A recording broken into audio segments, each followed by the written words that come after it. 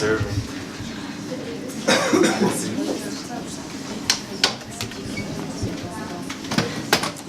Certainly. Interessant.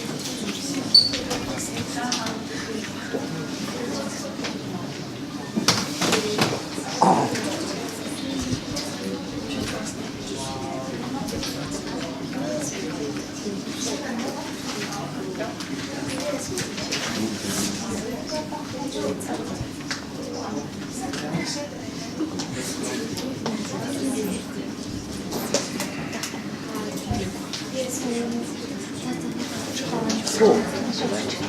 Let's go.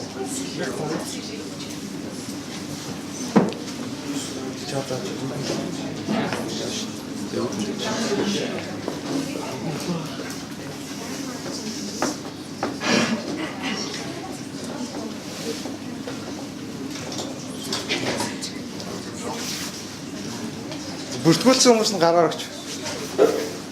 За гараа болгоод бүртгүүлээг нь гараар өгдөө. Окей.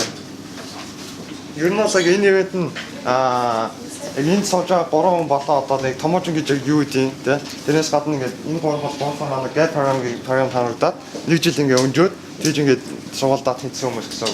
Тэгэхээр эднэрийн туршлагаас хуваалцъя гэдэг юм гэсэн.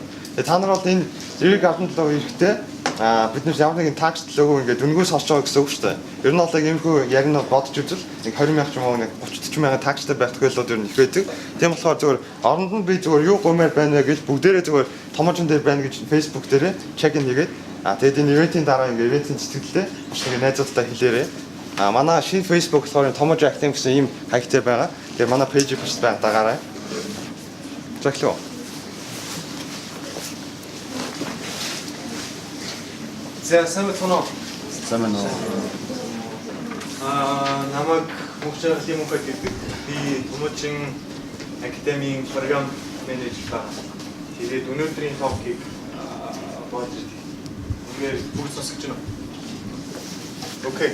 За тэгэхээр манай Сумья өнөр ингээд суучих. Чи зөвхөн жоо нааш. Хэд жоо нааш. Яг ингээд. За тэгэхээр манай саяны Сумьягийн хэлснээр бол өнөөдөр манай анхны гад програмын маань төгсөгч нарын репрезент болох манай 3 сууж байна. Тэгээд эднэрийнхээ түүхээс хэдүүлээ сонсоо явж байгаа. Тэрнээсээ өмнө би танаас болохоор энэ Томоочин академи гэдэг зүйлийнхаа талаар яриа үзье болов гэсэн. Томоочин талаар ер нь хэрэг мэдэхгүй танаа. Can anybody tell me what Tомоочин Academy's vision is? Tомоочин Academy ацсан хай. Надад тань.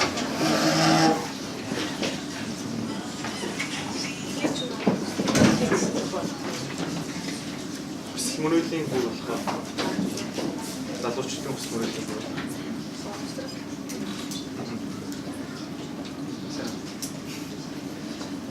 Окей. Тэгэхээр ерөнхийдөө алсын хараа гэхээр юу вэ гэхээр Томоочин Академи нь Монголын боловсролын тогтолцоог өөрчлөх юм хүсэл зорилготой тэмдэглэлээ байгуулдаг. Энэ болохоор одоохондоо залуучууд дээрээ тулгарч байгаа. Энэ 9-12 дугаар ангийн хүүхдүүд. Тэгээд энэ залуучууд маань ерөнхийдөө өөрчлөгдөхэд хамгийн хурдан бөгөөд ирээдүйн Монголын боловсон хүчин болгоод хамгийн ойрхон байдлаа гэсэн юм ерөнхийдөө баг.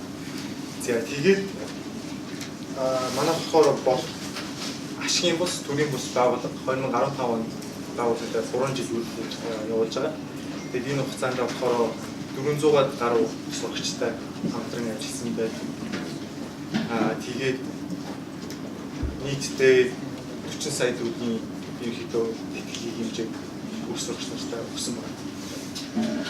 Зя. Тэгээд гол ярианда хэлүүлээ орё л доо. Тэгэхээр манай гурав өөрсдийгөө танилцуулаач. Товчхондоо. Окей. Сайн байцгаана. Намайг Насанбаяр гэдэг. Эцэг оршин Насанбаяр. Би болохоор сая 17 онд Орос 14 Оросын хичнээн дэргэдэх сургууль Орос 14-ийг төгссөн. Тэгээд тэгээд занаас хойш гап програмд явж байгаа. Сая 2 сар тусаад одоо ивэ паспортод ажиллаж байна. Nice. политехникийн сургуульд орсон байгаа. Тэгээд 2017 оны 1-р сургуулийг төгссөн.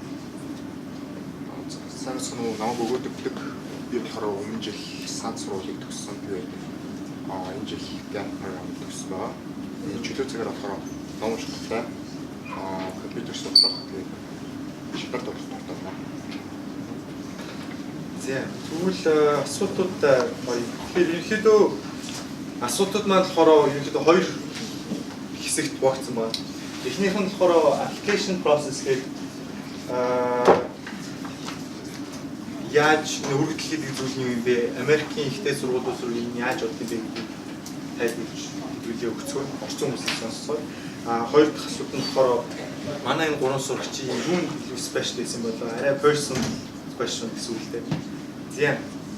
Тэгээд та гуруулаа ер нь gap year буюу жилийн завсар авсан те 10 жил өсчөөд бүтэн жил өнгөж би одоо их сургууль дээр гэж байна. Тэгэхээр энэ завсар жил гэдэг юу юм болоо? Окей. Завсар жил гэдэг нь болохоор окей. Монголд болохоор gap year гэдэг нь Америкт байдаг ойлголтоос жоохон өөр л дээ. Яг гэвэл Америкт болохоор ихэнхдээ яадаг вэ гэхээр high school одоо сургуулиуд төгсөн шүү дээ. Их сургуульд орчоод тэгээд тэндээсээ defer буюу 1 жилийн чөлөө аваад тэгээд тэндээ gap year авчаад аяж маяжгаад тэгээд сургуульд их сургуульд ордог байхгүй. Тэгэхээр бүтэн жилийн хугацаанд их сургуультай хэдийнэ орцсон ингээд байр нь байж гэсэн. Монголд болохоор яадаг вэ гэхээр high school-д төгсчөөд ерөнхийдөө ихэнхдээ их сургуультай ороогүй мөртлөө high school-д төгсчөөд яа тэр хоёрын хооронд хугацаа гэж байгаа гэсэн. Тэгэхээр тэрэндээ гол гарч ирж байгаа ялгаа нь юу гэхээр бидний хувьд бол нэг бид сургууль руу apply хийх хэрэгтэй. Тэгээд завсар жил гэж байгаа ч гэсэн жил биш яг хэсэг нэрээ 6 сар байдаг байхгүй юу? Яг тэгвэл 5-6 сар бид нэр хатлах сургуулиуд төгсөн. Тэгээд 12 сард аппликейшн явуулна гэхээр 6 сарын хугацаанд бүх юм амжуулах хэрэгтэй болчихж байгаа гэсэн. Яа тэгээд яа gap year өөрчн яа хугацааны хувьд тийм байдаг. Тэгээд gap year хүн болгонд ихтэй авч байгаа визн нь бол өөр байдаг юм дөө. Тийм яг манай насагийн хэлсэн шиг gap year бол Монгол дээр өөр.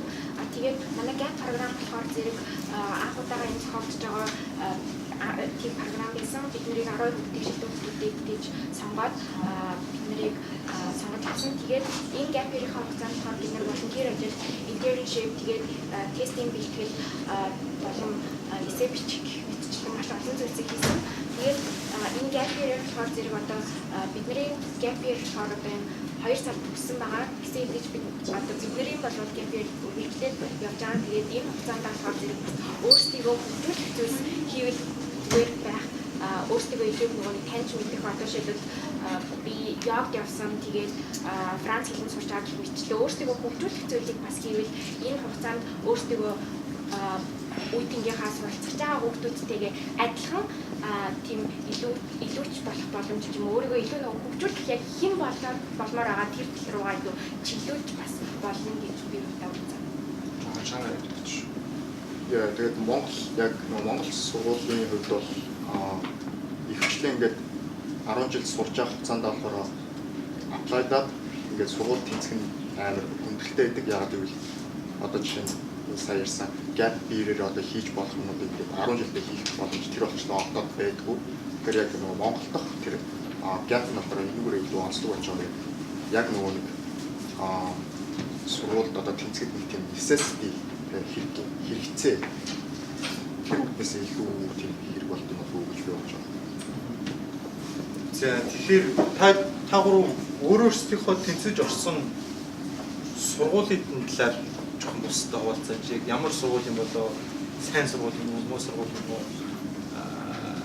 Яагаад тухайн сургуулиудаас сонгосон юм? Окей. So миний хувьд болохоор Harvard College-д орсон байхгүй. Harvard биш, Harvard College. Аян хүмүүс анзаа. Harvard окей, Harvard. Тэгээд тэр коллеж болохоор Liberal Arts College гэж явж байгаа. Тэгэхээр Америкт болохоор мэдгүй хүмүүс байх юм бол зөвхөн тайлбарлаач. University тэгээд Liberal Arts College гэж байдаг. Хоёр төрөл. Тэгэд монголчууд ерөнхийдөө ихэнхдээ юу гэж боддог вэ гэхээр одоо жишээ нэг коллеж, ийм коллежд орсон гэхээр коллеж юм уу гэж ерөнхийдөө нэг тийм жоохон негатив хандлагатай байдаг. Гол учрыг нь ойлгодоггүй. Тэгэхээр яг ясвэн дээр коллеж гэдэг нь болохоор өөр төрлийн байдаг байхгүй. Коллеж community college гэж байгаа. Тэр нь болохоор 2 жил сураад тэгээд associate degree төгсдөг. liberal arts college гэж байгаа. Тэр нь болохоор university-гаас юугаар ялгаатай вэ гэхээр бүх тэнд байгаа resources, багш нар, everything зөвхөн бакалаврын одоо degree авч байгаа хүмүүс зориулсан байдаг гэсэн үг. University дээр болохоор зөвхөн бакалаврын одоо сурагчдаас гадна мастер сурч байгаа хүмүүс, тиймэрхүү хүмүүс нэр сурдаг байхгүй юу. Тэгэхээр тэнд нь болохоор хамаагүй илүү бага одоо бакалаврын хүмүүсд бага цаг зарцуулдаг, resource нь арай байс гэх юм уу да. Ер нь тиймэрхүү ерөөдөө ялгаатай байдаг. Тэгээд Haverford College болохоор Pennsylvania байдаг liberal arts college. Тэгээд нэг онцлог нь болохоор нөгөө нэг юу байдаг вэ? Swarthmore College, University of Pennsylvania гэж байна. Тэгээд Bryn Mawr College гэдэг ийм гурван сургуультай нэг consortium, нэг одоо partnership байдаг гэсэн. Тэгэхээр тэр нь яг вэ гэхээр одоо жишээ нь би Haverford сурч авах явцдаа одоо UPenn дээр очиод өөрийнхөө хүссэн research хийдэг ч юм уу, эсвэл Swarthmore дээр өөр төрлийн курсууд авдаг ч юм уу, тиймэрхүү боломжууд нэгдэж байгаа гэсэн үг байхгүй юу? Тэгээд нөгөө нэг сая өмнөх session дээр байсан нарангар байгаа штэ. Harvard University. Цааш Swarthmore-д орсон. Тэгээд бид тэр ерөнхийдөө амар ойрхон байх юм which is pretty cool. Тэгээд Haverford College ороход болохоор I would say хэцүү. Ягаад гэвэл юу яадаг л да яг одоо Америк 5,000 сургууль их сургууль байгаа гэдэг шүү дээ. Гэхдээ яг эсэм дээрээ international student байна олон улсын сурагчид очиж суралцах боломжтой. Тэгээд очиход болон бидний хувьд жишээ нь тэтгэлэг амарч бол тэтгэлэг өгдөг гэдэг юм бол тэндээсээ шалгараад яг эсэм дээр нэг 50-70 орчим сургууль болдгийг. Тийм болохоор яг тэндээ ингээд Монголоос apply хийж байгаа хэдэн зуун хүмүүс амар алцдаг л та. Тийм болохоор ер нь бол ороход нэлээд хэцүү. Сая үзэхэд $17.8 acceptance rate-тэй гэж байгаа. Гэтэ тиймэрхүү юм бас сэтгэж болохгүй. Ягаад гэвэл тэр чинь амар олон төвшин зүйлсийг яатсан гэдэг. Жишээ нь Early-д би амар хэмээд байна. Зүгээр $17.8 тэргээ бичсэн байдаг шүү дээ acceptance rate нь. Тэр ерөнхийдөө acceptance rate гэдэг нь acceptance rate гэдэг нь болохоор ерөнхийдөө яаж таасч гаргаж байгаа вэ гэхээр тэр сургуульд орсон хүүхдүүдийн тоо байгаа шүү дээ. Орсон хүүхдүүдийн тоо тэгээд apply хүүхдүүдийн тоо хоёрын харьцааг гаргаж байгаа гэсэн. Тэгэхээр тэр тоондоо гэхдээ шууд итгэж болохгүй. Ягаад гэвэл жишээ нь 17.8 гэдэг нь doesn't mean яг 17.8. Ягаад гэвэл нэгт бид нэр international student буюу одоо манай сургуульд бол нэг сайндаа 10% нь international student body байгаа олон улсын сурагчид яадаг. Тэгэхээр бидний хувьд бол тэр сургуульд хамаагүй хэцүү болчихж байгаа. Бусад 90% яг Америкаас хүүхдүүд авч байгаа юм чаа. Тэгээд түүнээс гадна тэрэнд юу тооцогдож байгаа гэхээр одоо жишээ нь нөгөө нэг ингээд Монголоос жишээ нь ингээд амар сагсандаа сайн эсвэл нэг Азаас амар шатартаа сайн пианодоо сайн хүн байлаа гэхэд яг тэр хүүхдүүдийг ингээд тоочглоод авчиж байгаа байхгүй юу? Тэгэхээр яг бидний хувьд одоо яг ингээд жишээ нь үед бол амар тийм ингээд prodigy genius биш ингээд тийм хүүхдүүдийн группт нь оршиж байгаа. Тэгэхээр тэр 17.8-аас хамаагүй ороход хэцүү болдог гэсэн үг. Ер нь бол зарчим юм. Миний орсон сургууль нь болохоор зэрэг Францад байдаг. Тэгээд ерөнхийдөө бол инженер болон шинжлэх ухаан талтай сургууль. Энэ нь болохоор зэрэг 1794 он Наполеон цэргүүдэд зориулж хийжсэн сургууль байхгүй юу. Тэгээд тийм болохоор зэрэг ер нь бол спортоор аягүй хичээлдэг гэсэн үг. Тэгээд миний тэнцэж орсон бакалаврын програм нь 3 жил нийтдээ үргэлжилнэ. Тэгээд энэ програм нь болохоор зэрэг хөвчлэн ингээд international оюутан нэлийн ихтэй бараг 50% international оюутан байдаг. Тэгээд ер нь Европоос тэгээд Азаас, Африкаас гэх зөндөө олон улс үндэстний хүүхдүүд ирж хичээлдэг. Тэгээд хэрвээ та нар бас ингээд Америкаас гадна international сургуулиуд ч юм уу тийм хүүхдүүд сургуулиуд руу apply хийж байгаа бол international оюутных нь percentage гэж юм байдаг. Одоо Times Higher Education дээр ч юм уу тэрийгээс харах хэрэгтэй. Тэгэх юм бол одоо тухайн сургуульч бас нөгөө diversity гэж юм харж идэг. Одоо жишээлбэл хятад оюутан байлаа гэдэг хаад хятад оюутан хэтэрхий олон байгаад яхад хэрвээ хятад оюутан Монгол оюутан хоёр яг ижилхэн байх юм бол Монгол оюутныг лахыг бодно. Яа тэгэхээр зэрэг тэр сургууль өөрөө нөгөө diversity буюу олон үндэсний оюутан байх тусмаа тухайн сургуулийн нэр хүнд бас тэрнтэйгээ адилхан өсөж идэг учраас ер нь бол тэр талаас нь бас харах хэрэгтэй. Би болохоор University of Chicago тэгээд Brown University, Bucknell University гэсэн гурван сургууль татсан байгаа. Эхний хоёр нь болохоор их сургуулиуд, нөгөөх нь болохоор Масагийн хэлсэн шиг Liberal Arts College Bucknell нь Brown University нь болохоор Open Curriculum гэдэг нэг тийм хичээл заах тийм арга барилтай гэсэн. Энэ арга барил нь яадаг вэ гэхээр одоо эхний 2 эсвэл 1 жилдээ ингээд одоо ингээд дуртай зүйл үзчихин гэсэн үг өөрөө сонгоод тэгээд дараагийн жилүүдээс ингээд өөрийнхөө major-ыг одоо ингээд мэргэжлээ ингээд тодорхойлох гэсэн үг. Харин University of Chicago нь болохоор ингээд эхний 2 юм уу 3 жилдээ ингээд юу гэж ингээд заагаа өгчдөг. Тэгээд чи заавал ингээд одоо муйс шиг одоо ингээд тэгээд чи одоо байгалийн ухаанаас нэг хичээл үзэх эсвэл математикаас дахиад нэг хичээл үзэх хэрэгтэй гэдэг. Тэгээд цаанаас ингээд заагаа өгчдөг. Та юу apply job болохоор бас энэ хичээлийн тогтолцоог нь бас харж авсан нь бас чухал гэж би үзэж байгаа. Яагаад гэвэл одоо жишээ нь та нар одоо ингээд мэргэжлээ ингээд амар сайн ингээд тодорхойлсон байх гэдэг. Computer science school математикаар явна гэдэг. Тэгээд энэ тохиолдолд болохоор та ингээд мэргэжлээ тодорхойлсон. Тэгээд research university илүү тийм юу таарт ингээд